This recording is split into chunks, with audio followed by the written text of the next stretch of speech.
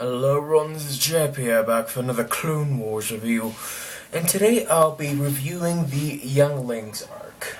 Now, first off, I really enjoy this arc, really.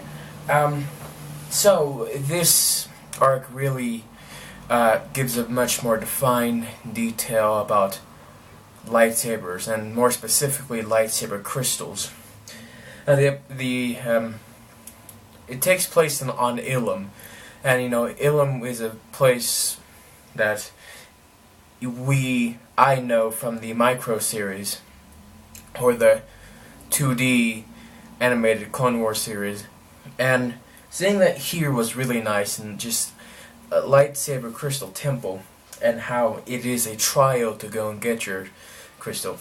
That is just a lot of fun to see. And the characters themselves, for the most part, they act like children of that age. But I still think that they have a bit too mature conversations, like about going and doing things. That's kind of what I feel like is a bit off about them. But of course, they are Jedi. Anyway. David Tennant voices a character in this arc, Hugh Wang. He's one of my favorite characters. One, because just David Tennant, but I just like that droid in general. Just him teaching for thousands of years, hundreds of years, Jedi how to build a lightsaber. And he's been around since Yoda was a Padawan, and just hearing that was just fun. We get to see the lightsaber construction in like a nice definer detail, and seeing that it's actually pretty cool, seeing how the lightsaber is built, how it's not as simple, that you have to follow lots of rules. And having the pirates in this arc, it's really nice seeing them. They are just a bunch of fun characters, especially Hondo. Hondo is probably one of the best characters of Clone Wars. Really, he's just so much fun. And I like how Obi-Wan, he can't really rescue the Younglings because just the bad timing, the Separatists coming in and destroying his ship, and so I have to talk about Kenobi versus General Grievous. I'm not a fan of that, because as a kid, I listened to the dialogue, and it just felt like that was their first confrontation with Kenobi fighting General Grievous. Because otherwise, they fight here and you watch it. It's just the fighting doesn't make sense to me.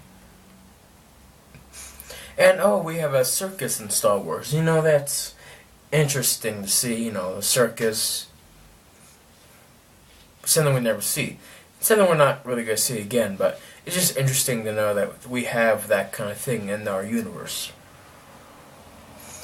And I really enjoy the Separatist occupation of Florum, where the pirates are.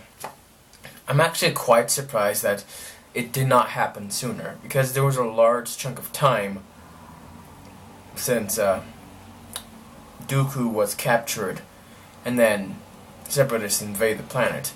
So I'm not sure why it took that long, but I'm glad they finally did it. And then Hondo's reaction to it is just hilarious. Just him talking back to Dooku and Grievous. He is great. He's just so fantastic. And finally, this arc brings in Slave One, the actual Slave One that we see in Empire Strikes Back, and we've seen it before. And Hondo, it's just good seeing that Hondo would actually know that is a very good ship, and he actually fixed it. So seeing that was fun. And yeah, that's all I have to say about this arc. So to rate this arc, I'm gonna rate it an 8 out of 10. The reason why it's an 8 is because it is based around Jedi Younglings, and some of their dialogue and voices just sound way weird. Anyway, thank you guys for watching. I'll see you all next time.